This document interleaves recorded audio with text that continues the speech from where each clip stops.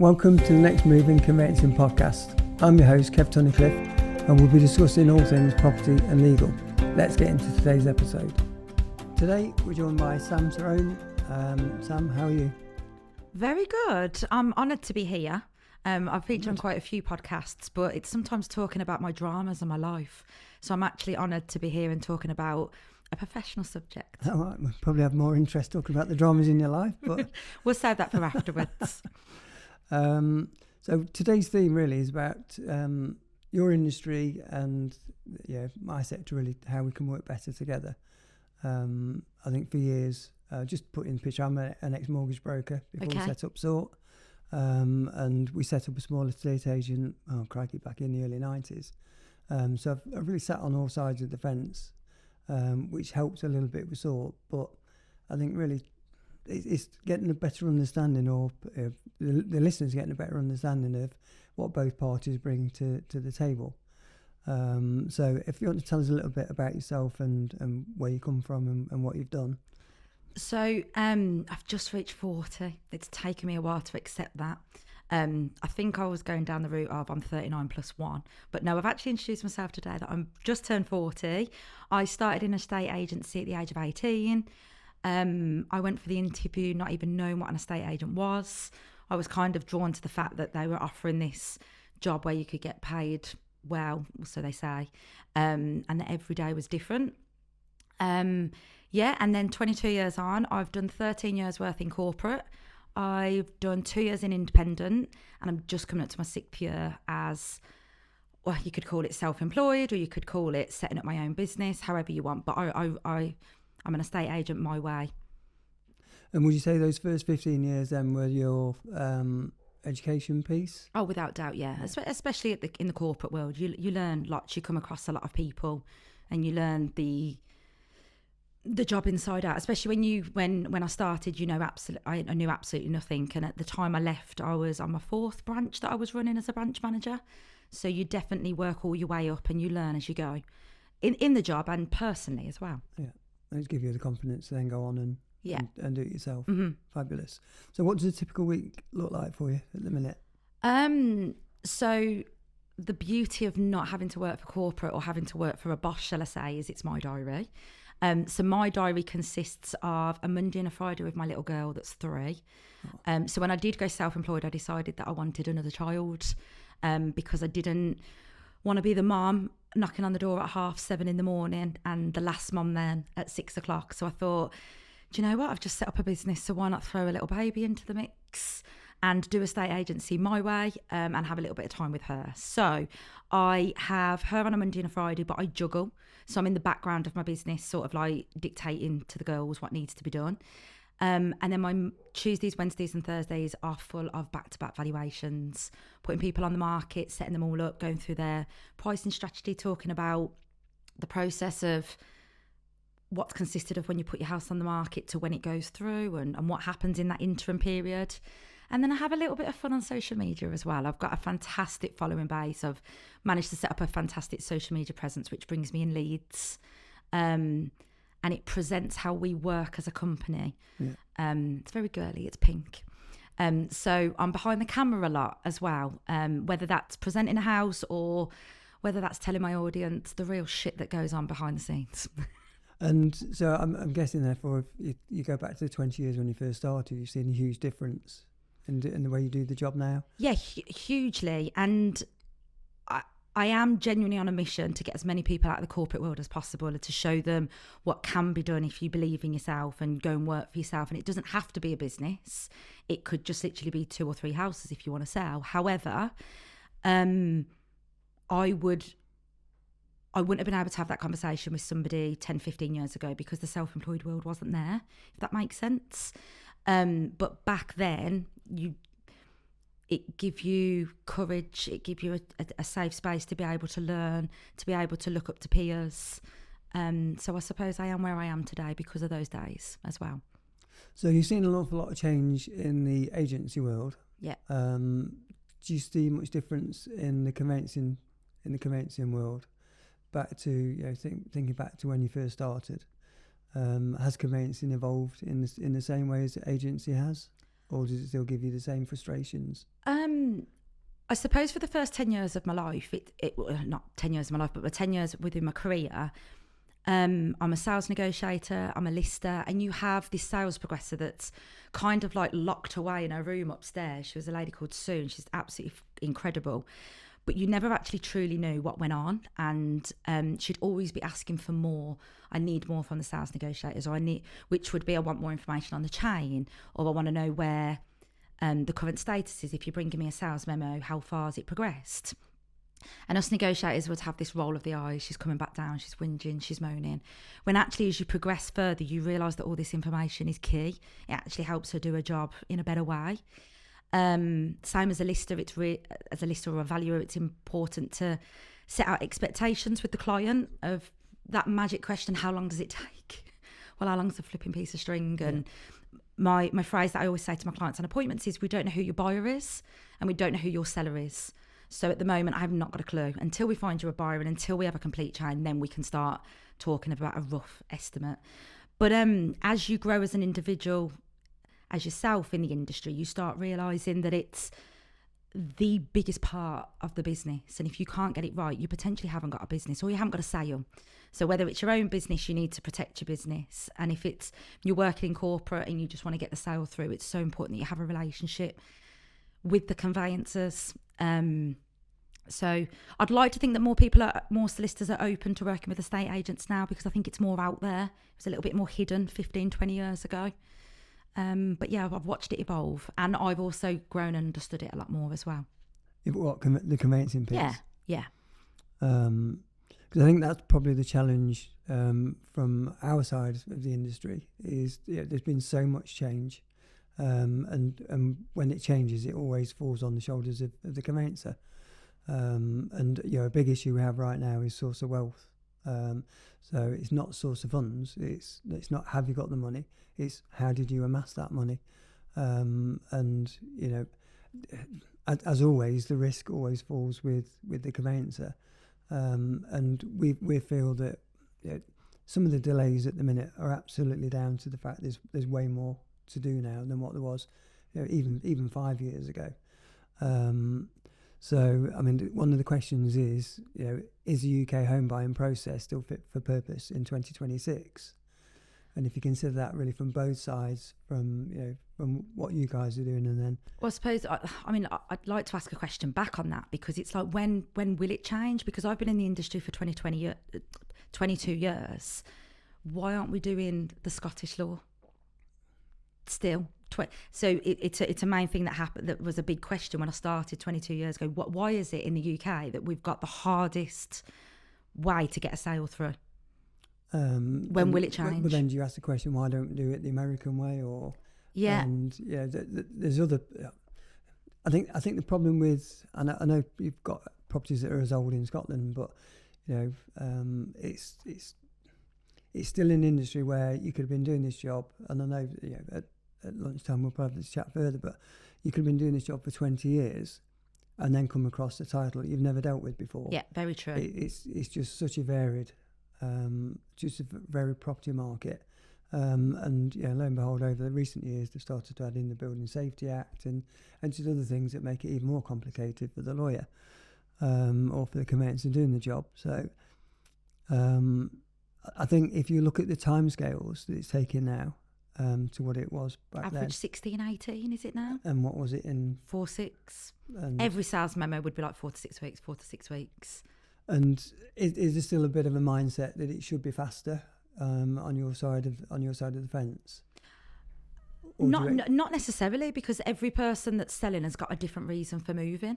So if there's a speed element needed and there's a valid reason for it, then I think it's important that the estate agent explains that to the solicitor and why, and maybe manage the expectations from day one on whether it's possible, because sometimes it might not be, because like you say, a title might come up that no one was expecting to happen.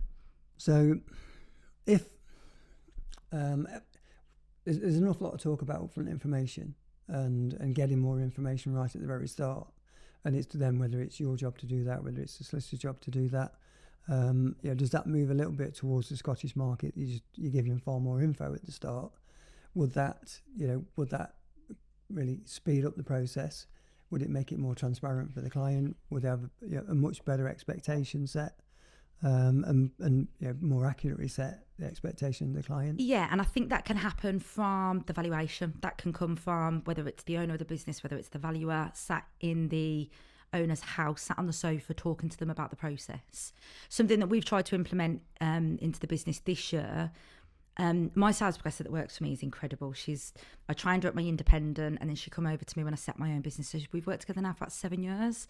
I could probably open-heartedly say that she probably knows more about it than me now. She'll come across phrases that I've never heard of, and she'll go and find out the solution to it or understand it.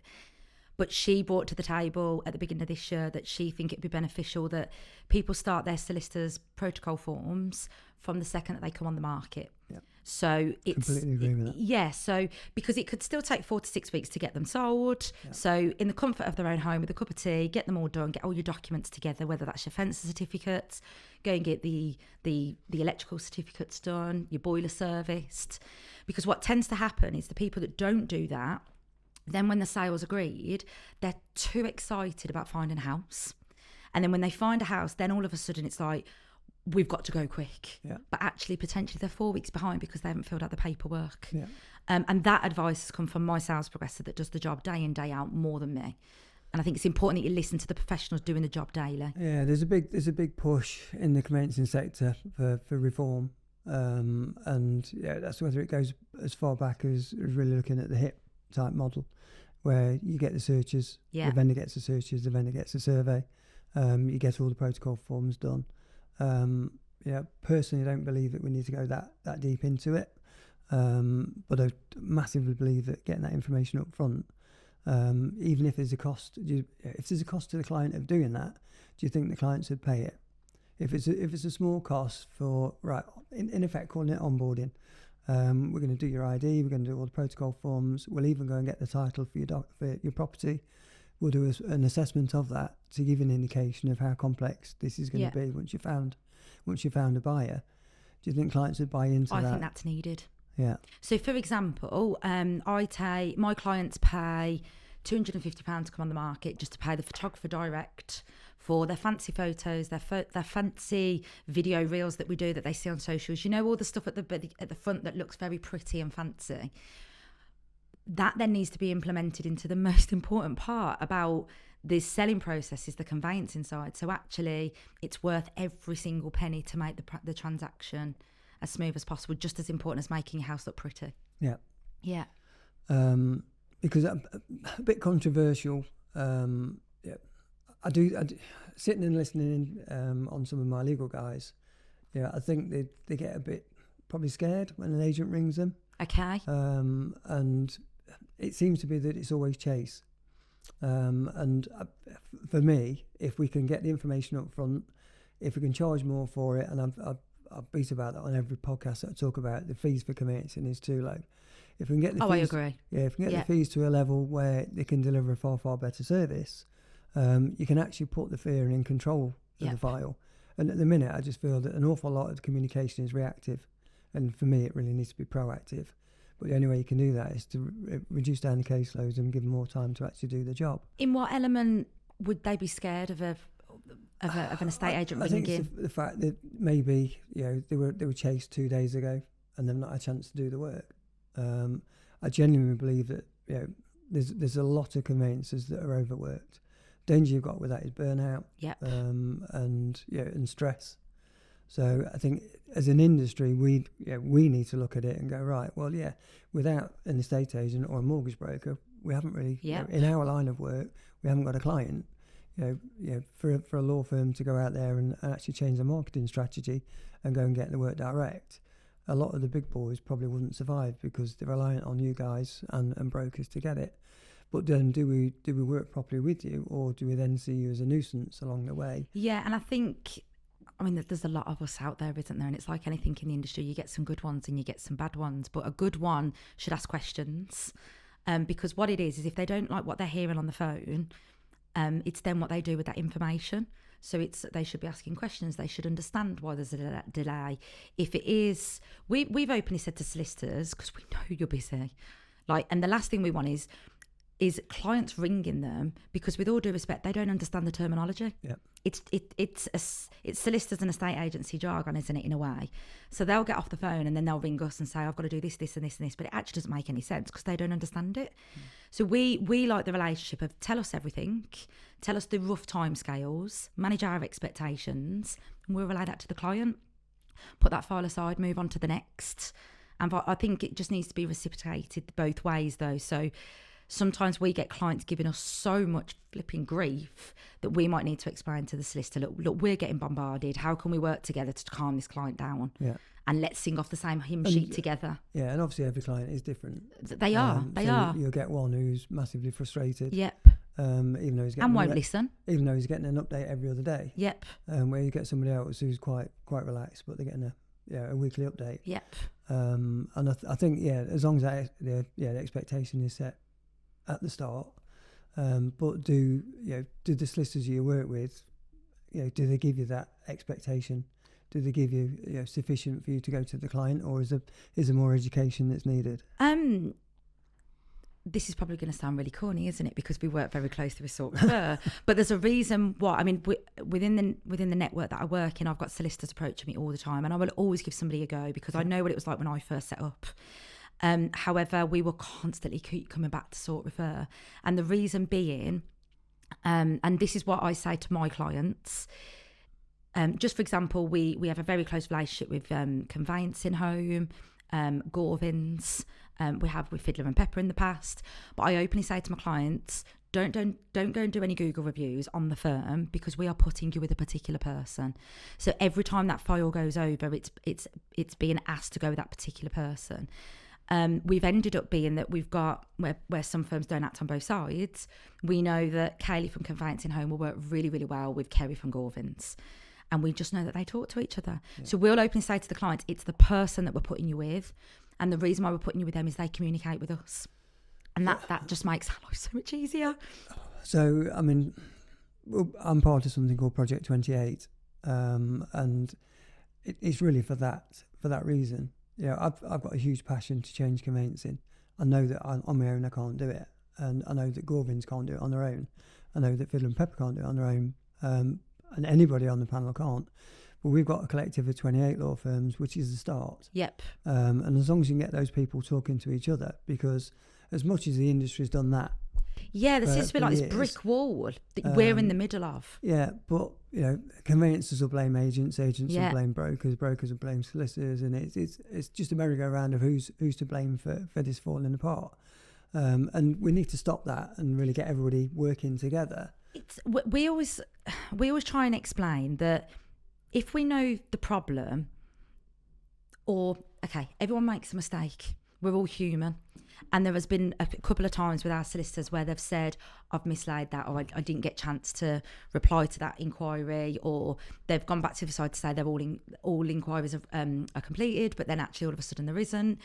But they just tell us, and then there's just a level of respect. And that's I think we should just all respect people in this industry, because without one another to working together, we can't get what we want. But there's been too much, if the industry's done that, you then look at conveyancer to conveyancer, and there's been way too much of that. Conveyancers are as bad at blaming each other as they are of they think they're better than one another. And there's a bit of a dick swinging competition in terms of, well, oh my God, I love that you've used that phrase, because do I put it out there? But no, it's true. It's like, I want the information, I don't care. Yep. I wouldn't want it. And then those are the instances where I get really frustrated, because they forget that there's some clients in the middle of this, that they don't care about who's right and wrong. They just want to be in their flipping house. Yeah.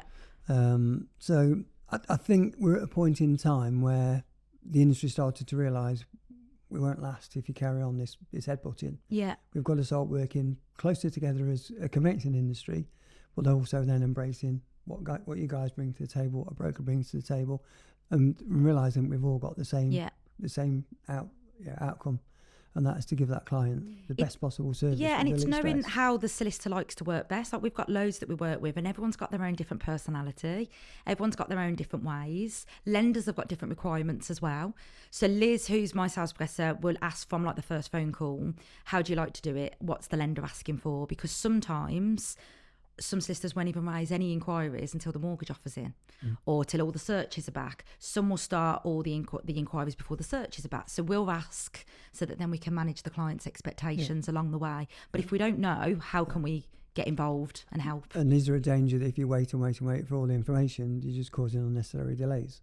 Yeah. But again, excuse me, is that with some firms, because on the pricing side of it, efficiency wise, it's the only way you can do it to make it pay. So what I'm after, and what we're looking at with internally in sort refer and across panel, but also as part of Project 28, is how can we get this mindset change that it's taking too long. 14 to 18 weeks isn't acceptable. Yes, if you want to complete in that length of time, well, that's fine, but let's get you ready much quicker. Let's have the certainty. I think the uncertainty affects the lenders. The amount of cancellation rates at the minute, I don't know what your cancellation rates are like it's for you very guys, low. but It's like 12%. Yeah, which is phenomenal for the industry. Well, if I throw that back to you and we talk about Project 28, is it? Will you find that you have least problems from more experienced agents or ones that work for themselves?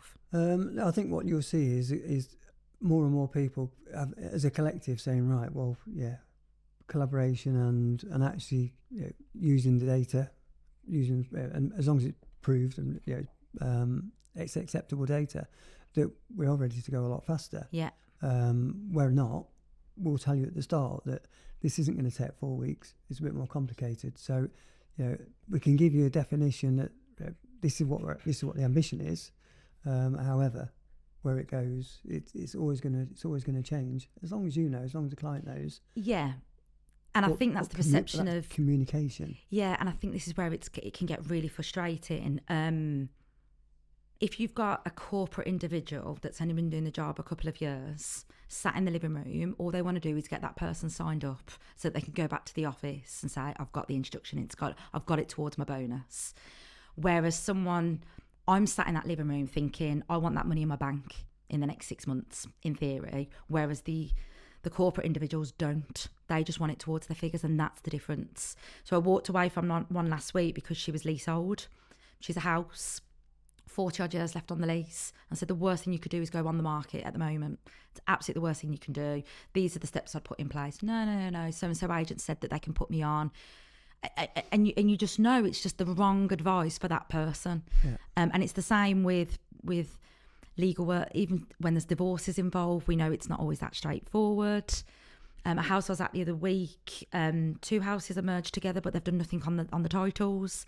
Straight away, I've already got them in touch with a local solicitor. Get that sorted before you go on the market. Yeah. But I think that comes with years of experience. Yeah. And I genuinely believe that as the UK turns in the estate agency industry, self-employment will start taking over and will make this industry better, working closely with solicitors and mortgage advisors. I really do, because there's a level of respect. I think that has been missing from all parties. I think it's on the way to being It's only been the last 5 years that self-employed starting to come in, and it's changing daily. It really is. Whilst I buy into that and accept that, no, I fully agree. Yeah, I 100% agree. But I've also had experience with a self-employed where they told us that the service was great to start with, so we got a lot of business in. I won't name them, but a lot of business came in. And what happens when you get a lot of business is then the service starts to drop a little bit because you can't maintain it. And all they were bothered about was the £5,000 fee. When we were getting maybe a tenth of that, and they were creaming off a big referral fee on top. So we said, look, we can only do this. We can only deliver the service you want. We can deliver it. We've proved we can deliver it. But we can only continue to do that if the fees go up. Oh, okay, then put your fees up. So we put the fees up, never got another case out of them. Yeah, that's and it's that's just not acceptable. No, and but you get that with mortgage brokers. We've now got an enhanced product that we've brought out, which absolutely guarantees the SLAs. That we'll give you the updates on when we say we're going to give you the updates. If there's more to tell you, we'll tell you along the way. But it's going to fee earners that are dedicated to just doing that work. And therefore, like you said before about, you could go to one particular firm. Well, that firm might have 30 different levels of experience within the staff.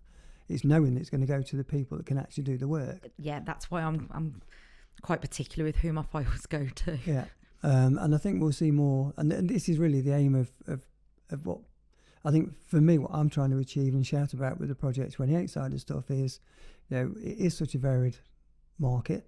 It's unpredictable. But how do we get everybody starting to sing off the same hymn sheet, and delivering those same outcomes, which is everybody's giving the great service, because everybody being paid properly to deliver that great service. I think when there's a passion and love for property and your clients, you'll have that onboarded with you, but just not everybody thinks in that way. Yeah, but will they start to? Because if they don't, like you say now, the self-employed model is starting to gain a lot more traction. Yeah. And it's those people that are passionate about doing it that will succeed. Yeah, well, I remember I think I was lucky to get £25 from referring CPL, CCS back in the day. And I remember that literally you'd get beaten in your review every month if you didn't refer them, but they were freaking awful.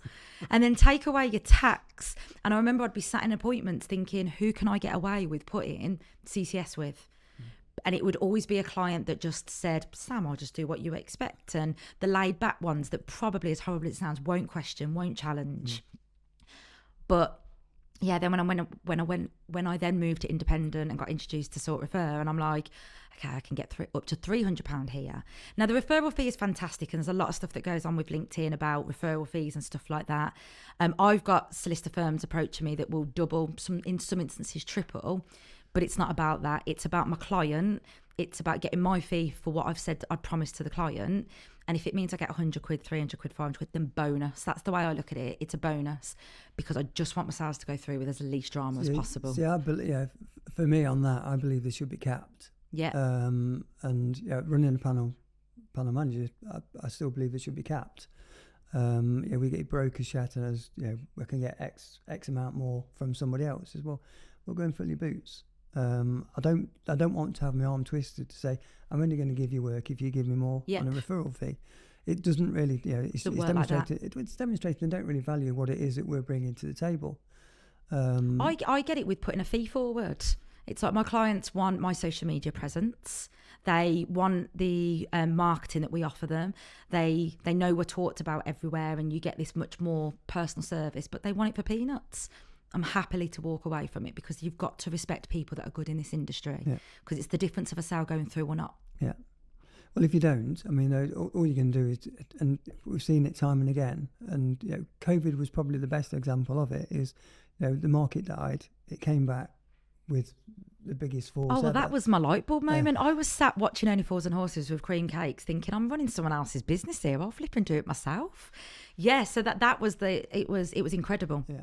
But what happened was, this deluge of work came in, and conveyancing firms just said, we'll take it. And then the government incentive on the stamp duty was, right, you can take it all, but you've got to complete it by such and such a date, which was never going to be possible. And how on earth we managed to achieve the success rate we did is still beyond me. Well, I was at Women in Estate Agency last week, and there was an incredible lady that stood up that was part of Conveyancing. And she openly said that she set up the business in lockdown. Natalie, I mean, just an absolute credit to herself, because she stood on stage and said, it got too big. I couldn't handle it. The complaints were coming in left, right and centre. It was all good for 18 months. I always call it the false market. And now she's had to scale down the business and everything, but she's happy, she's content, she can do what's right for the clients now. But it takes a lot to know you've made not a mistake, but it's gone in a direction that hasn't worked. Yeah, and that is part of Project 28 as well. And I know she's a big believer in driving the fees up, reducing the workloads down to deliver the service. We talk about it internally as it's getting the culture right. And I think the industry's starting to realise that the culture in conveyancing has probably been wrong for way too long. Yeah. And all it has been is we're whipping the fee earners as much as the rest of the industry are, and it's like, hang on, how are we going to progress these people? Why are we going to put the time into them to train them if all you're doing is filling them up with work? Well, don't you find the people that are questioning you on the fee all the time are the ones that end up being the headache? Without it's the same with my clients. It's the expectation is there that we're just a commodity to some people, and you're just there to do my job. And yeah, I don't care how you do it. I'm gonna bother you as much as I want. And it's I find the ones that don't question your fee and they just trust the people in the industry are the ones that just let you do your job, and they're the ones with less dramas. I do question. Yeah, I question my business. On the sort of refer side of it, in terms of, are we partly to blame? I've asked this question a number of times. Is it the panel managers that are driving the fee down, or is it the law firms for taking it on at that price? Who is to blame? And is it blame even?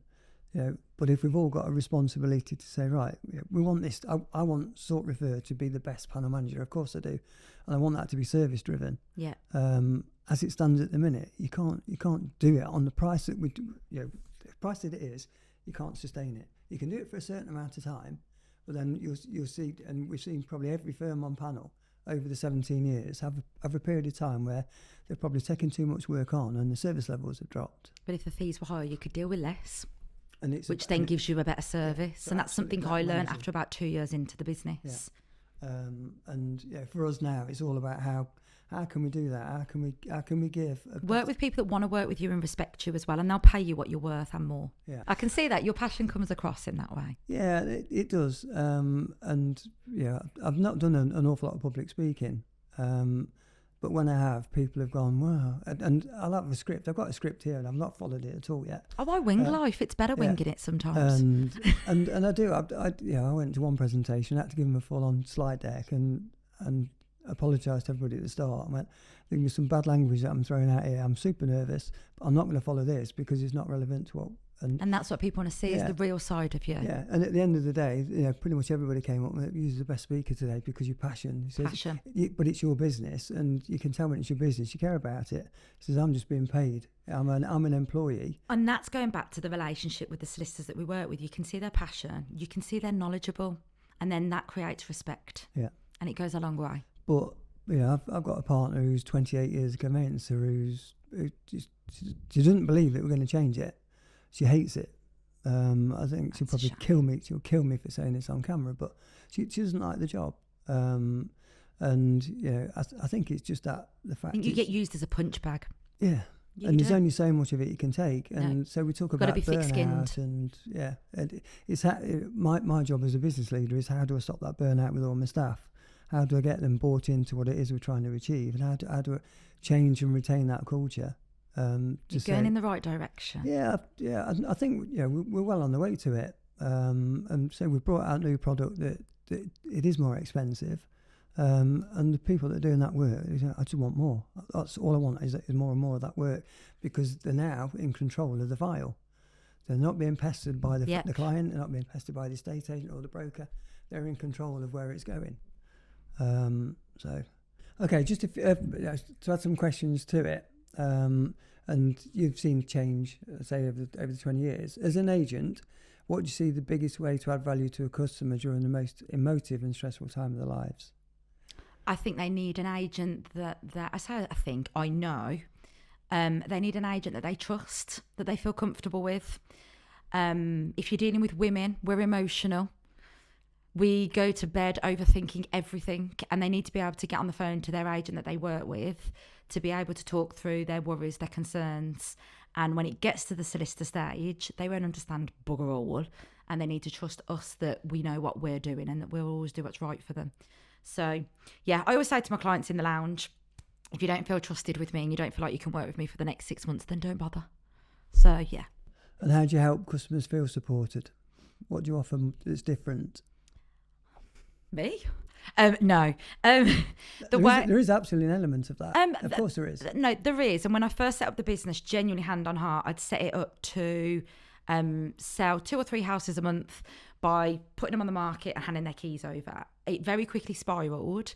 So I have what I call very naturally grown my business that wasn't planned to go in that way. Every person that works for me has been trained from me. They haven't come from another estate agent, so they've got no bad habits.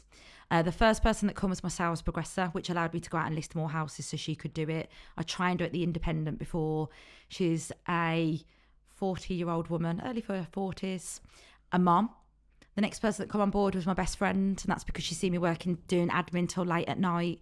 So she knows me inside out. We've literally known each other since birth. So she's always like a smile on the end of the phone. She cannot handle a hard conversation. She passes it to someone else, but she's the happy person and she's the supportive person. And then the next person that come on board when I had my little girl, she helped out on Saturdays, another friend from the age of 10. And then when I come back, I was like, I need you. You're absolutely incredible. Clients love you. They just feel supported with you. So we offer a team of 4 women where you're not passed from pillar to post, that look at you that look after you at every step of the way, that no matter what your worries are, they'll be put to bed instantly. So that's a nice blend.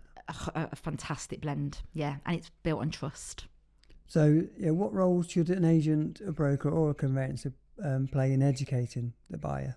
Do you think that should be across industry, or does it sit at the feet of one in particular?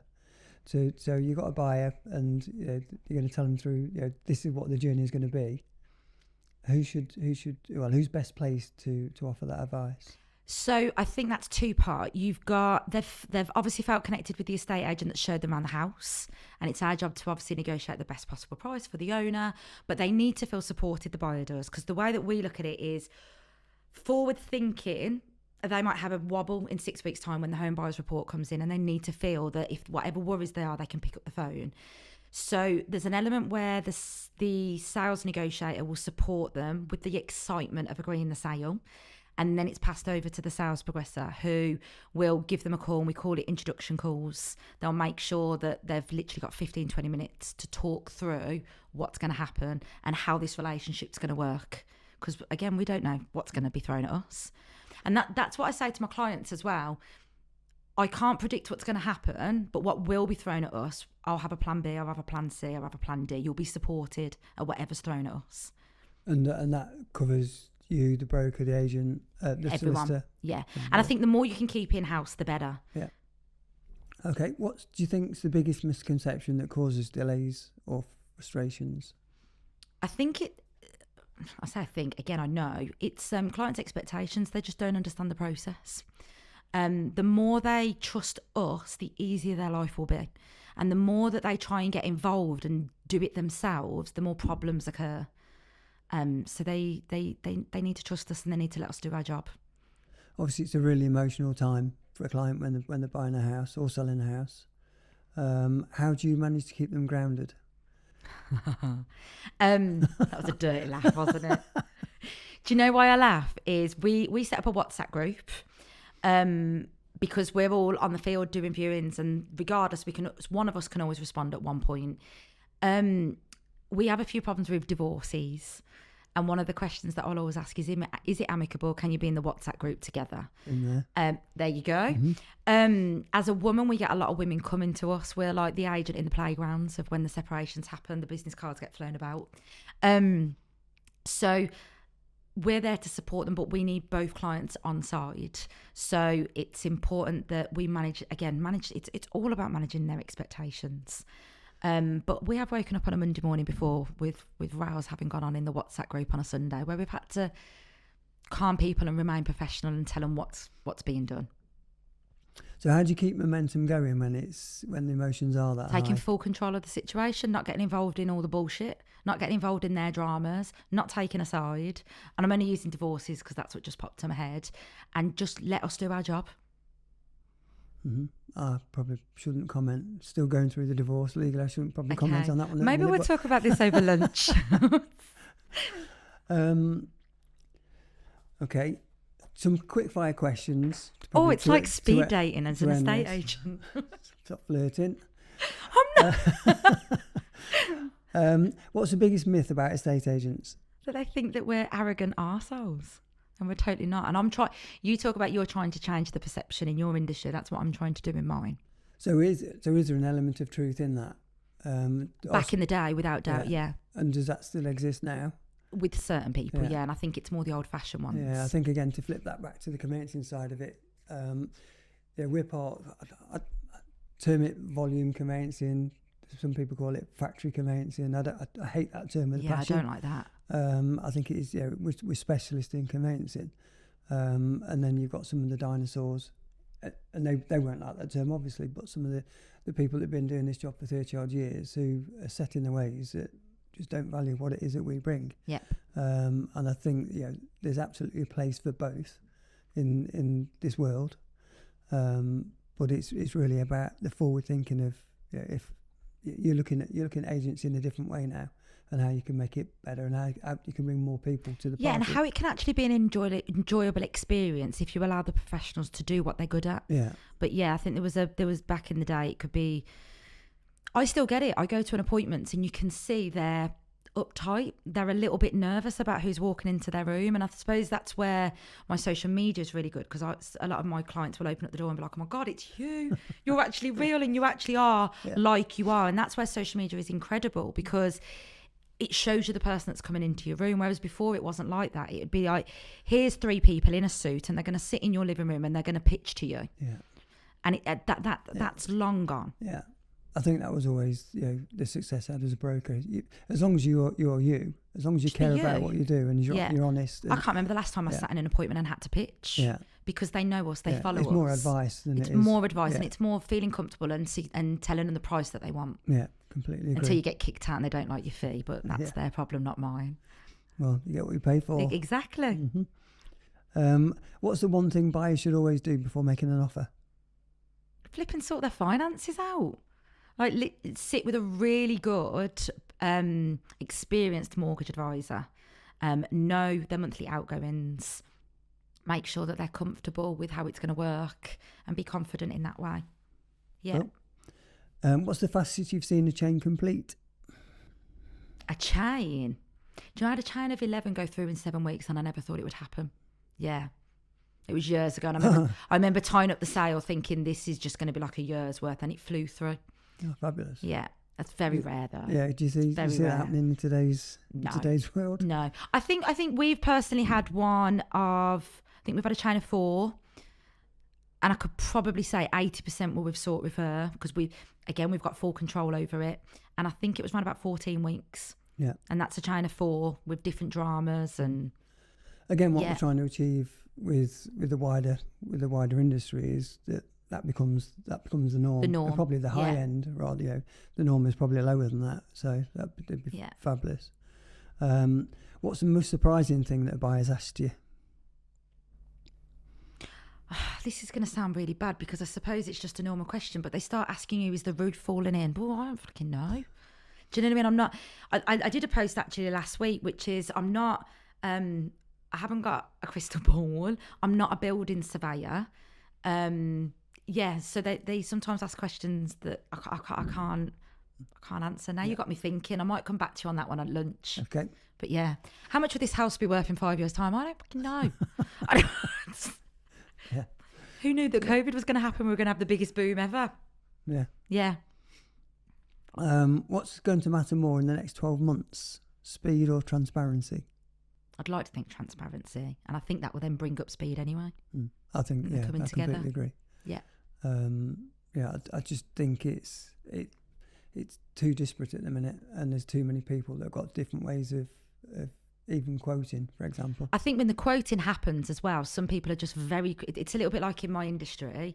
You'll have an agent sat there saying, I can sell your house. I've got a massive database. I've got 3 people I can get through your door immediately. It's all bullshit. Just talk to them like they're a human being. And it's the same with solicitors. They'll give them a really cheap quote and promise them the world. And we all know it's not going to happen. Yeah. It's making false promises at the beginning, which puts our profession down. Yeah.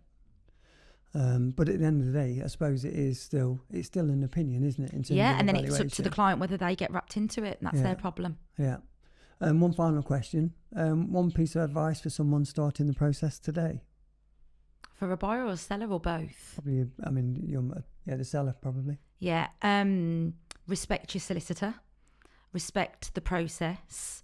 Ask for timescales. And don't chase them beyond those timescales, and get as many of your documents in place as possible. It does lead to one other, I suppose. There's a lot of push for property logbooks. Where do you sit on the fence with that? What do you mean logbooks as in HIPs? No, in terms of information. So you said earlier about people will start the process too long, and then they'll have to go and get fence certificates or the boiler service. There's a bit of a push to get a property logbook where all that information is kept. Yeah, I think that could really help. Yeah, I think what I openly say to my clients on valuations is make sure you get the boiler service, because it's going to be asked from the buyer's solicitors regardless. Same with like home buyers report. We know that a number 3 is going to be marked as gas and electric instantly. Just get it done in readiness so that it's not a problem, and have the documents to hand. Yeah. People think they're hiding something then when they haven't. Yeah, I agree.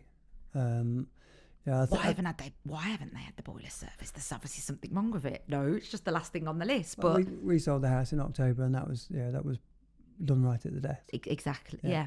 Electrical report. Why have they left it right to last? Because the buyers have this perception. No, they just haven't been advised, or they forgot to do it. I suppose a logbook could work really well in that way. Yeah.